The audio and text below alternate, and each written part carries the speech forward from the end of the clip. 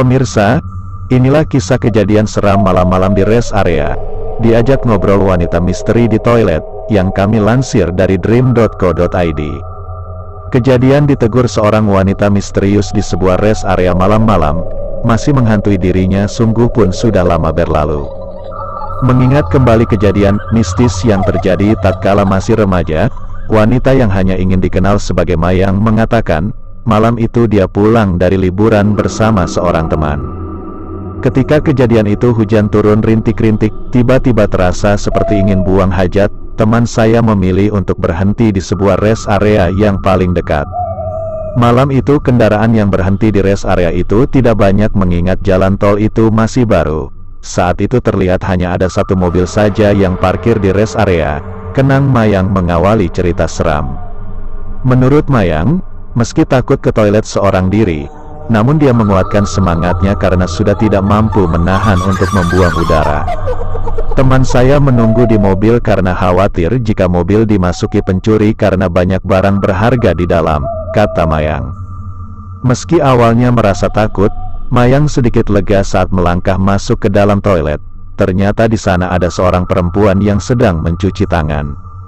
Mayang pun terlibat percakapan yang sebenarnya membuat merinding karena perempuan itu menyinggung seramnya jalan tol yang baru dibangun itu. Mau pulang ke Pantai Timur ya Dik? Tanya perempuan tersebut. Ya betul, kalau kakak, jawab Mayang sambil bertanya balik ke perempuan itu. Sama juga, bilang sama teman hati-hati mengemudikan mobil. Jalan ini memang terlihat lurus, tapi banyak orang yang mati kecelakaan, ujar perempuan itu lagi. Selesai berpamitan, Mayang segera keluar dari toilet terlebih dahulu, meninggalkan perempuan tersebut dan menuju ke mobil temannya. Namun alangkah terkejutnya Mayang ketika bola matanya menangkap sosok perempuan yang sama sedang duduk di bangku batu ketika dia mau ke mobil. Kapan dia keluar? Tanya saya dalam hati. Saya melangkah masuk ke dalam mobil dan segera menutup pintu.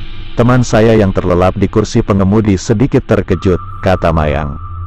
Anehnya, teman Mayang merasa sahabatnya itu sangat lama berada di dalam toilet. Padahal Mayang merasa tidak sampai 10 menit di toilet. Lamanya, berakkah? Katanya cuma mau buang air kecil, omel sang teman tanpa melihat ke Mayang. Lama, rasanya tidak sampai 10 menit kok, jawab Mayang pelan. Dah hampir sejam tahu, sembelitkah apa? Balas teman Mayang bersungut. Belum sempat Mayang berbagi cerita aneh pertemuannya dengan seorang perempuan misterius di toilet, tiba-tiba kaca mobil di sebelahnya diketuk dari luar. Perempuan yang sama sedang berdiri di luar mobil sambil memberi isyarat supaya Mayang membuka jendela.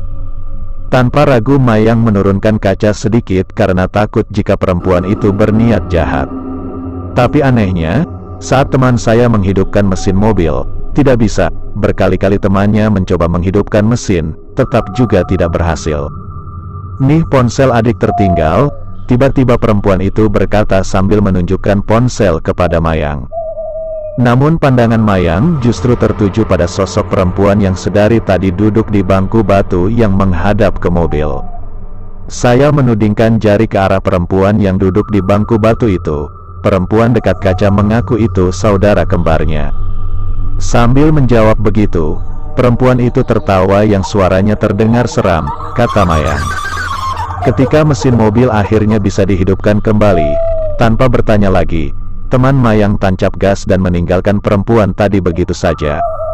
Hal itu membuat Mayang sedikit terkejut. Dia menganggap temannya tidak sopan karena dengan lewat begitu saja saat dia sedang berbincang dengan perempuan misterius itu. Namun yang mengejutkan ketika teman Mayang mengatakan bahwa tidak ada siapapun di sebelah kaca mobil, dan Mayang berbicara bersendirian.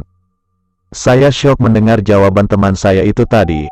Syukur saya tidak mengambil ponsel yang katanya milik saya. Tidak dapat dibayangkan jika saya mengambil ponsel tadi. Mungkin, dia akan terus mengikuti saya seumur hidup, kata Mayang. Mayang bercerita seperti ini untuk mengingatkan agar jangan sesekali mengambil hadiah dari orang asing yang tidak kita kenal.